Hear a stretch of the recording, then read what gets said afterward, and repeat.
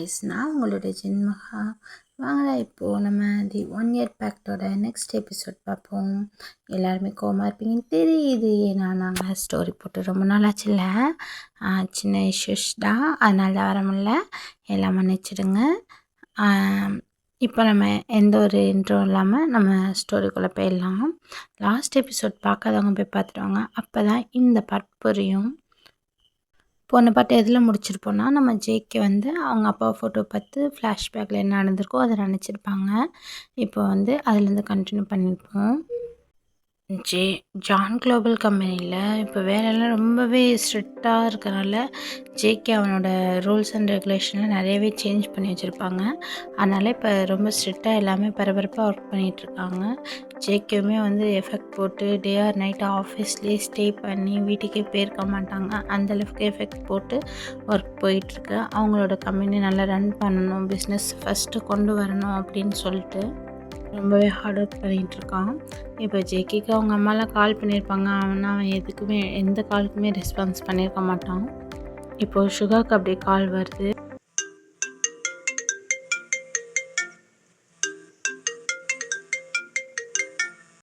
அம்மா சொல்லுங்கம்மா, எப்படி இருக்கீங்க? உடம்பு தேவலாமா? நான் இருக்கிறதெல்லாம் இருக்கேன். என்ன பண்ணுறாரு உங்கள் சார்? என்ன தான் நினச்சிட்ருக்கான் மனசில்? என் கால் அட்டன் பண்ண மாட்டேங்கிறான், வீட்டுக்கு வர மாட்டேங்கிறான், என்ன பண்ணுறான், எங்கே இருக்கான், ஒன்றுமே எனக்கு புரியல. அவங்களுக்கு தெரியாதம்மா, அவன் ஆல்ரெடி இந்த பிஸ்னஸ்ஸை இது பண்ணணும், ஃபஸ்ட்டில் கொண்டு வரணுங்கிறது எனக்கு புரியுது சுகா. பட் என்ன நினச்சி பாரு, நீ நினச்சி பாரு, நீ அவன் கூட தானே இருக்க, நீ கொஞ்சமாச்சும் சொல்லலாம்ல. சரிம்மா, கண்டிப்பாக நான் சொல்கிறேன், வருமா? ஏதோ சொல்கிற சுகா, நீயும் என் பையன்தான். என்னால் முன்னாடி மாரி இருக்க முடியல. எனக்கு அவன் லைஃப்பில் செட்டில்ட் ஆகணும், அவனுக்குன்னு ஒரு மேரேஜ் பண்ணணும். மேரேஜாம்மா? அவன் இப்போ எங்கம்மா தான். நீ எப்படி சொன்னால் எப்படி சுகா? நீ தான் சுகா அவனை எப்படியாவது வழிக்கு கொண்டு வரணும். நீ ஃபஸ்ட்டு அவனை என்னை வந்து பார்க்க சொல்லு, என்கிட்ட பேச சொல்லு சுகா. சரிம்மா, நீங்கள் ஃபீல் பண்ணாதீங்க, கண்டிப்பாக நான் வந்து ஜெய்கிட்ட சொல்கிறேன். என்ன பார்வை, அம்மா பேசுனாங்களா உடனே அந்த அட்வைஸ்லாம் தூக்கிட்டீங்க, வராத. நமக்கு நம்ம ஒர்க்கு தான் முக்கியம் சுகா. அடேங்கப்பா, உன்கிட்ட எவனாவது அட்வைஸ் பண்ண முடியுமாடா? நீ என்னமோ பண்ணுற, நான் ஒன்றும் சொல்கிற மாதிரி இல்லை. இருந்தாலும் நீ அம்மாட்ட பேசு. மாம்கிட்ட தானே, பேசிக்கலாம் அப்படின்னு சொல்லிட்டு ஜேகே இப்போ அப்படியே ஃபைல் எடுத்துக்கிட்டு நடந்து அந்த ஃபைலே பார்க்குறான். கொஞ்ச நாள் ஸ்கிப் ஆகுதுடா. ஜேகேயோட அம்மா ஜேகே கால் பண்ணிக்கிட்டே இருப்பாங்க. பட் அவன் ஜேகே அட்டன் பண்ணவே மாட்டான். சுகாவுக்கு கால் பண்ணுவாங்க. சுகா தான் அப்பப்போ எதாவது பேசி சமாளிப்பான் அவங்க அம்மாவை. இப்போது 2-3 நாளாகவே ஜேகேக்கு அவங்க அம்மாட்டேருந்து கால் வந்திருக்காது, சுகாவுக்குமே கால் வந்திருக்காது. திடீர்னு அவங்க ஃபேமிலி டாக்டர் கால் பண்ணியிருப்பாங்க ஜேகேக்கு.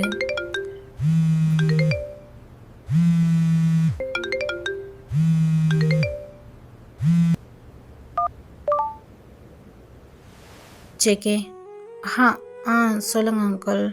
நீ அம்மா காலை அட்டன் பண்ணுறது இல்லையா? அம்மாக்கிட்ட பேசுனியா? இல்லை அங்கிள், நான் கொஞ்சம் ஒர்க் பிஸியாக இருக்கேன், எனக்கு வேறு ஒர்க் இருக்குது. நான் அம்மா தானே, நான் பேசிக்கிறேன். நான் இப்போ உங்கள் வீட்டில் தான் இருக்கேன். என்னாச்சு அங்கிள்? அம்மாவுக்கு தான் ட்ரீட்மெண்ட் பண்ணிகிட்ருக்கேன். அம்மாவுக்கு என்னாச்சு அம்மாவுக்கு? உன்னை நினச்சி ட்ரெஸ் ஆகி அம்மாவுக்கு ஒரு லோ பிபி ஆகிடுச்சு. அங்கிள் என்ன சொல்கிறீங்க? ஆமாம், நீ உடனே கிளம்பி வா. இப்போ நீ கிளம்பி வந்தால் தான் கரெக்டாக இருக்கும். அங்கிள், இப்போ அம்மா எப்படி இருக்காங்க? நீ நேரில் வா ஜேகே. சரி, வரேன் அங்கிள். சுகா. சொல்லு ஜேகே, என்னாச்சு? வா, நம்ம வீட்டுக்கு போவோம். அம்மாவுக்கு கொஞ்சம் உடம்பு சரியில்லை, போய் பார்த்துட்டு வருவோம். ஓ அப்பா, இப்போதாண்டா பாசம் அம்மா மேலாம் வருது. உடம்பு சரியில்லைனா தான் கண்டுக்கிறீங்க அம்மாலாம், அப்படி தானே? விளையாடாத சுகா, வா.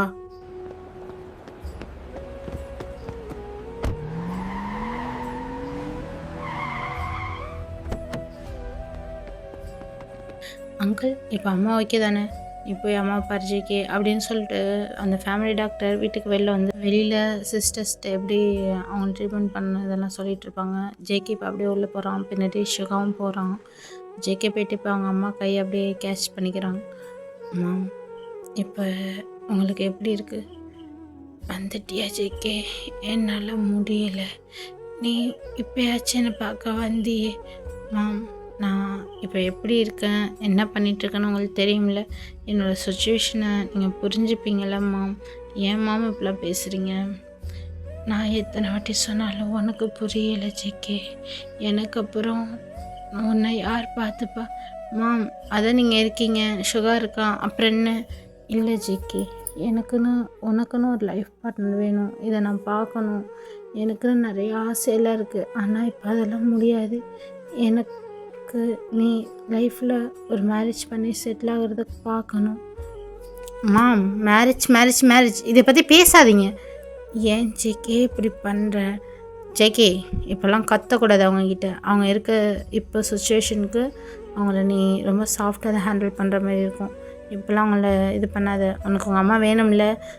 அங்கிள், நீங்களும் சேர்ந்துக்கிட்டு பேசாதீங்க. அவங்க என்ன சொல்கிறாங்கன்னு தெரியுதா? நான் என் கோலை அச்சீவ்மெண்ட் பண்ணுறதுக்கு பார்த்துட்ருக்கேன். ஆனால் அவங்க என்னை மேரேஜ் பண்ணு, ஃபேமிலிக்குள்ளே போன்னு என்னை திணிக்கிறாங்க. அப்படி இல்லை ஜேகே, அம்மா சொல்கிறதையும் கேளு. பெரியவங்க உன் நல்லதுக்கு தானே சொல்லுவாங்க. எது அங்கிள் நல்லது? ஃபேமிலியா? நான் ஃபேமிலியை பார்க்கணும். இப்போ பாருங்கள், அம்மாவையே பார்க்கவில்லைன்னு சொல்லிட்டு இவ்வளோ இது சொல்கிறீங்க. இனிமேல் எனக்குன்னு ஒரு பர்சன் வந்தாங்கன்னா நான் அவங்கள பார்ப்பேனா, இல்லை எங்கள் அம்மா பார்ப்பேனா, என் பிஸ்னஸை பார்ப்பேனா? எனக்கு ஒரே அச்சீவ்மெண்ட் தான், என் பிஸ்னஸ் நம்பர் 1 வரணும். அதுக்காக நான் என்ன வேணாலும் பண்ணுவேன். எனக்கு ஃபேமிலி இதெல்லாம் தேவையே இல்லை. பட் என் அம்மாவை நான் விட மாட்டேன். இருந்தாலும் இப்போ என்னால் டைம் ஸ்பெண்ட் பண்ண முடியாது. இந்த மேரேஜ் இதெல்லாம் வேணாம் இப்போதைக்கு. இத்தனை பேர் சொல்கிறாங்களே, நீ ஏன்டா இப்படி பண்ணுற?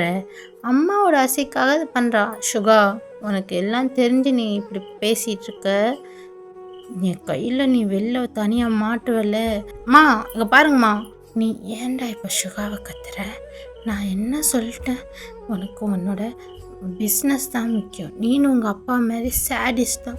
உங்கள் அப்பாவும் என்னை பார்க்கல, இப்போ நீ என்னை பார்க்கல அப்படின்னு சொல்லிட்டு அவங்க அம்மா இப்போ ரொம்பவே ஃபீல் பண்ண ஆரம்பிச்சிட்டாங்க. அதை பார்த்துட்டு ஜேகேக்கு ஒரு மாதிரி கில்ட் ஆகிடுது. இப்போ அப்படியே ரூம் விட்டு வெளில வந்துடுறான். பின்னாடியே டாக்டர் வந்து, ஜேகே கொஞ்சம் அண்டர்ஸ்டாண்ட் பண்ணிக்கோ, உங்கள் அம்மாவும் கூட இவ்வளோ நாள் இருப்பாங்கன்னு சொல்ல முடியாது. டாக்டர் என்ன சொல்கிறீங்க? அவங்களோட ஹெல்த் கண்டிஷன் ரொம்பவே பேடாக இருக்குது. அவங்களுக்கு இப்போதைக்கு தேவை எங்களோட மெடிசன்ஸ் கிடையாது. நீங்கள் அவங்களுக்கு என்ன வேணுமோ அதை நீங்கள் சொல்லுங்கள், நீங்கள் பண்ணுங்கள். அப்போ தான் அவங்க கொஞ்சமாச்சும் ஹாப்பியாக இருப்பாங்க. பார்த்துக்கோங்க ஜேகே, நான் உனக்கு ஒன்றும் சொல்ல முடியல.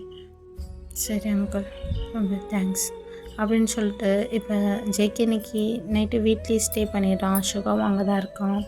இப்போ ஜேகேக்கு மண்டையே பிச்சுக்கிறான். ஏன்னா இப்போ அவன் ஒர்க்கை பார்ப்பானா இல்லை அவங்க அம்மா பார்ப்பானா அப்படின்னு சொல்லிட்டு அவனுக்கு ரொம்பவே குழப்பமாக இருக்குது. என்ன ஜேகே, தூங்காமல் இந்த நேரத்தில் இங்கே உட்காந்துருக்க?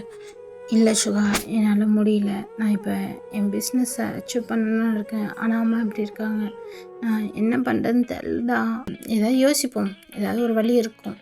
அம்மாவையும் ஹாப்பியாக வச்சுக்கணும், உன் பிஸ்னஸையும் இது பண்ணணும். உனக்கு இப்போ ஃபேமிலி வேணாம் அதானே? ஆமாண்டா. பேசாமல் நீ ஒரு அக்ரிமெண்ட் மேரேஜ் மாரி பண்ணிக்கோங்க. வாட், அக்ரிமெண்ட் மேரேஜா? என்னடா சொல்கிற? ஆமாம் மச்சான், இப்போது ஒரு 6 மந்த்துக்கு இல்லைன்னா ஒரு 1 இயருக்கு என்ன பண்ணுற, அக்ரிமெண்ட் மாரி போட்டு மேரேஜ் மாரி ஃபிக்ஸ் பண்ணி பார்த்துக்கிட்டா அம்மாவும் இருக்கிற வரைக்கும் ஹாப்பியாக இருப்பாங்கள்ல. அதுக்கப்புறம் அந்த அக்ரிமெண்ட் முடிஞ்சோன்னே அந்த ஃபேமிலி இதெல்லாம் யாருடா இதுக்கெல்லாம் ஒத்துப்பா? இதெல்லாம் ஒர்க் அவுட் ஆகுமா? அதெல்லாம் ஒர்க் அவுட் ஆகும். நான் ஒர்க் அவுட் ஆக வைக்கிறேன். என்ன மச்சான் சொல்கிற? இது மாதிரி பர்சன்லாம் இப்போ யார் மச்சான் அதுக்கெல்லாம் ஒத்துப்பா? அதெல்லாம் காசு கொடுத்தா நிறைய பேர் ஒத்துப்பாங்கடா. அதுவும் ஒன்றா மாதிரி ஒரு ஆளுக்கெல்லாம் ஒய்ஃபை நடிக்கிறதுக்கு நிறைய பேர் இருக்காங்க. அது மாதிரி நான் ஒரு மேட்ரிமோனி இருக்குது, நான் கேட்டு விசாரிச்சுட்டு வந்துட்டு சொல்கிறேன். நம்ம ட்ரை பண்ணுவோம். நல்லா நம்ம கண்டிஷன்ஸ்க்கெல்லாம் ஓகே பண்ணி ஒரு பர்சன் நமக்கு கிடைச்சா நீ சொல்கிறத நான் ஒத்துக்கிறேன். நீ அது மாதிரி ஒரு பர்சனை தேடு, பார்ப்போம் அப்படின்னு சொல்லிட்டு இப்போ அப்படியே 2 பேரும் பேசிகிட்ருக்காங்க.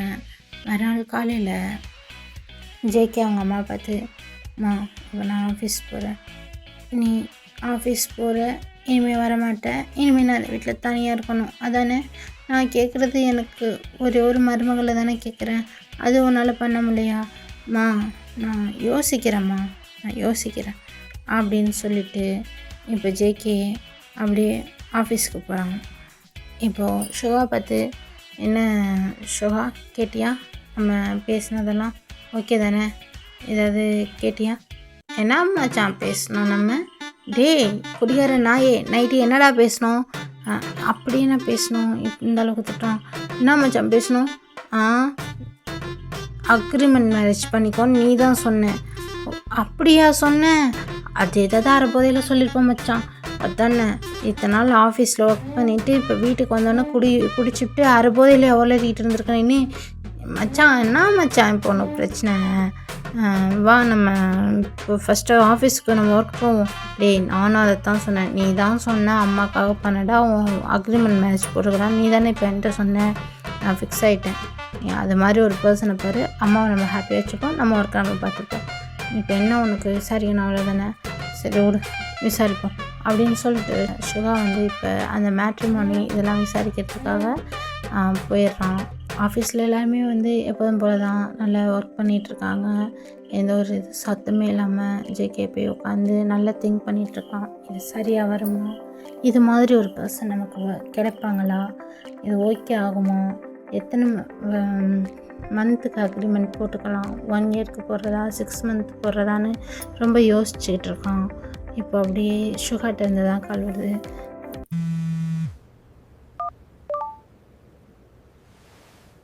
சொல்லு சுகா. மச்சான் இப்போ தான்டா நான் விசாரித்தேன். இங்கே வந்து ஒரு மேட்ரிமோனி இருக்குது. அதில் வந்து இந்தமாரி பர்சன்ஸ் கிடைப்பாங்க அப்படின்னு சொல்லிட்டு சொல்லியிருக்காங்க. நீ வந்தினா அதுக்கு தகுந்த மாதிரி பார்த்தலாம். என்ன சொல்லலாம் நீ யோசித்து சொல்லு. எனக்கு சில கண்டிஷன்ஸ் எல்லாம் இருக்குது, அதெல்லாம் நான் சொல்கிறேன். நீ அதுபடி அவங்கள்ட்ட சொல்லிவிடு அப்படின்னு சொல்லிட்டு ஜேகே இப்போ சொல்கிறான். கண்டிஷனா? என்ன கண்டிஷன் மச்சான் சொல்லு, நம்ம சொல்லிவிடுவோம்.